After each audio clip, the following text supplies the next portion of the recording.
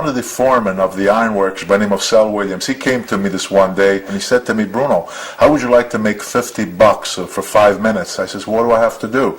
He says, a carnival's in town and they have a monkey and they claim that nobody can last 5 minutes with this monkey. So I said, well, how big is the monkey? And he said, you can see it tonight on Pit Parade. The Pit Parade was a 15-minute show that showed what was going on around the Pittsburgh area. So I watched the TV that night before I went to the gym and train, and they showed the carnival, all the different things that were going on in there. Then they showed this little monkey about 1.5 feet tall at the most, looked like it weighed maybe 15 pounds. And I went back to work and I said, was that the monkey that I'm supposed to fight? And he said, yeah. I said, yeah, take the bet. I said, I'll whip that thing with one hand tied behind my back. I said, for God's sakes, it's a little weak. When I got there at the carnival, everybody followed. I had sweatsuit, I had construction boots, sweatshirt, and I had to sign a release in the recess. We're not responsible for anything that might happen to you as you're doing this in your own free will. I thought, boy, they got a lot of confidence in that little thing. Meanwhile, there was a big cage and was covered with canvas, and every once in a while I'm talking, that whole cage seemed to sway. And I said to the guy, what in the world's in there? He says, that's your opponent. I said, my opponent? I thought, how could that little monkey create so much fracas in there? Well, when they unveiled that thing and I went inside the cage, man, I almost had a heart attack. I saw this big, huge orangutan. And I said to the guy, that's not the monkey I saw on TV. He says, well, who told you we were going to wrestle that monkey?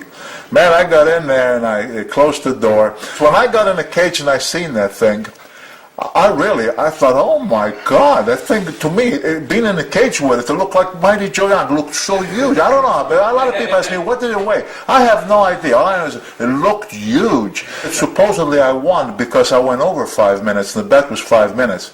But all I did was beat the heck out of me, not only for the first 5 minutes, but for the next 10 minutes. When I left that cage, I barely had any clothes on. My eyes were completely shut from the kicks I received from its feet. There was always swinging on about feet like two pistons, boom, boom, boom, boom, and always at the face. And I was bleeding in the back because it did have some claws. One time I was trying to get behind him. I mean, in my stupid mind, I thought if I can get behind him, maybe I can get him off the bar on the floor. And if I get it on the floor, maybe, just maybe, I can do something with it. Man, when I tried to get, I must have tried a dozen times, and I could never, it was just too fast. But I finally did. I finally got behind him, and I bear hugged it from the back.